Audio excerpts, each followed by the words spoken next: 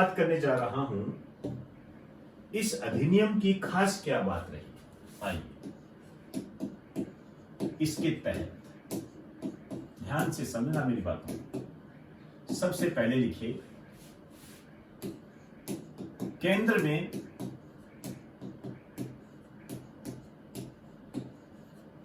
द्वैध शासन दायरची मैंने बताया था, केंद्र में द्वैध शासन लागू कर दिया गया।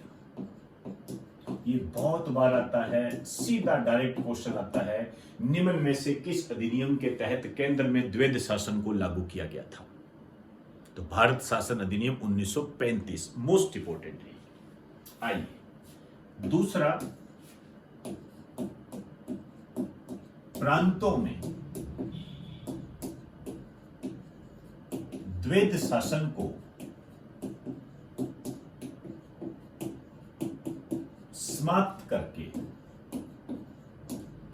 प्रांतों में द्वैध शासन को समाप्त करके, मेरी बातों पर ध्यान देना, गड़बड़ी मत कर देना।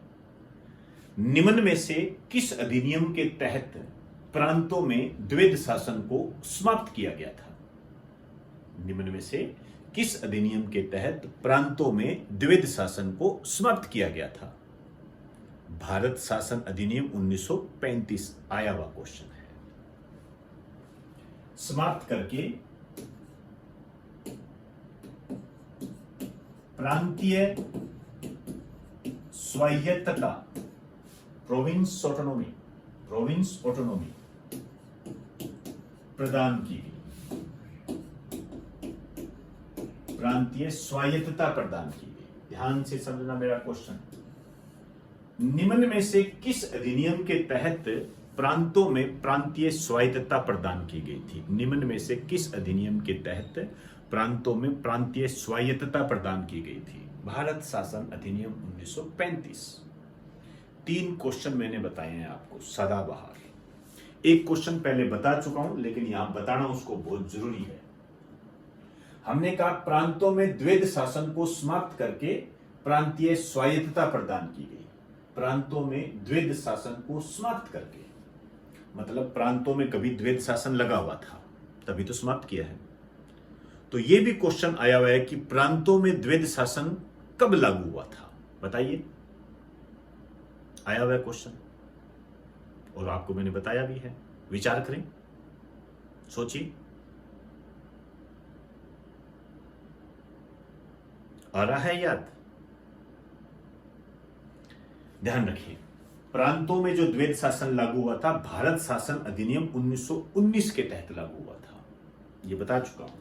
मैं चाहूंगा कि आप इसे नोट करें।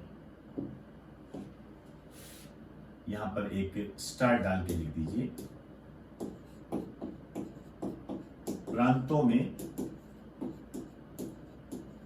द्वैध शासन भारत शासन अधिनियम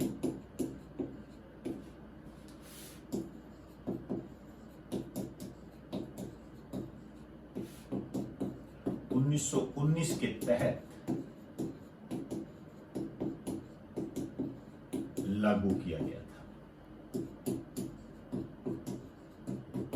होगी बात क्लियर सारी? अब और भी कई प्रावधान है, तीसरा प्रावधान भी है, मैं बात करूंगा। यहां पर आपको लिखना है, तो एक बार आप इसे नोट करें।